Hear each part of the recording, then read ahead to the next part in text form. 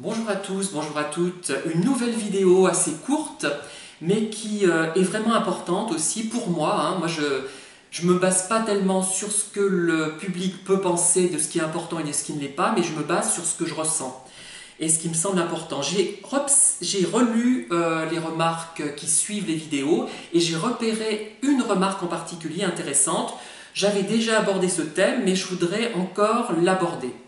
Alors, une personne qui m'écrit souvent, d'ailleurs des commentaires très intéressants, me dit qu'en parlant sans arrêt des pervers narcissiques et de la manière dont j'en parle, finalement, je peux les nourrir, les stimuler, puisque, comme vous le savez tous, ou comme vous commencez à le comprendre sans doute, les pervers narcissiques préfèrent qu'on dise du mal d'eux plutôt qu'on les ignore. Ils préfèrent qu'on les traîne dans la boue plutôt que d'être ignorés. Et le fait qu'on les traîne dans la boue peut justement susciter des remarques vindicatives de leur part et justifier justement le fait qu'ils sont méchants avec nous. Ils sont méchants parce qu'on est méchant avec eux. Ça peut être ça, l'explication. Et alors, par contre, effectivement, parler des pervers narcissiques peut les attiser, si toutefois ils se reconnaissent. Mais vous avez sans doute remarqué que les pervers narcissiques étant tous plus ou moins identiques dans leur pensée, dans leur mode de pensée plutôt, il y a juste un habillage différent en fonction de leurs caractéristiques, s'ils sont plus littéraires, plus scientifiques, plus ci ou plus ça. Il y a quelques nuances. Mais globalement, ils sont de la même couleur. Si la couleur était le rouge, il y aurait des gens qui seraient rouges très vifs, d'autres un peu plus clairs et d'autres encore plus clairs, mais c'est tout. Voilà.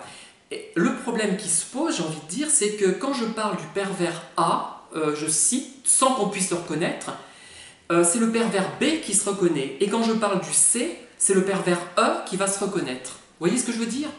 Donc, le fait de parler en général des pervers est peut-être déjà problématique en soi, même si les effets sont bénéfiques globalement, puisque les gens peuvent se renseigner, peuvent trouver appui à partir de ces vidéos et peuvent justement mieux réagir par rapport à leur situation.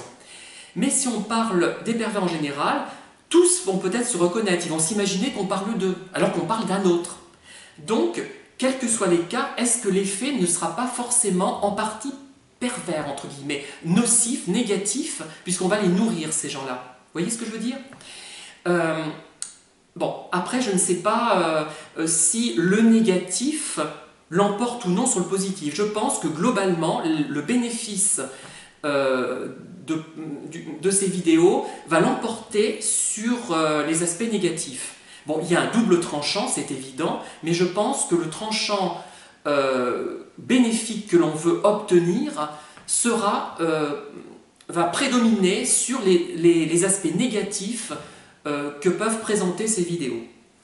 Voilà, c'est tout ce que je voulais vous dire sur cette thématique.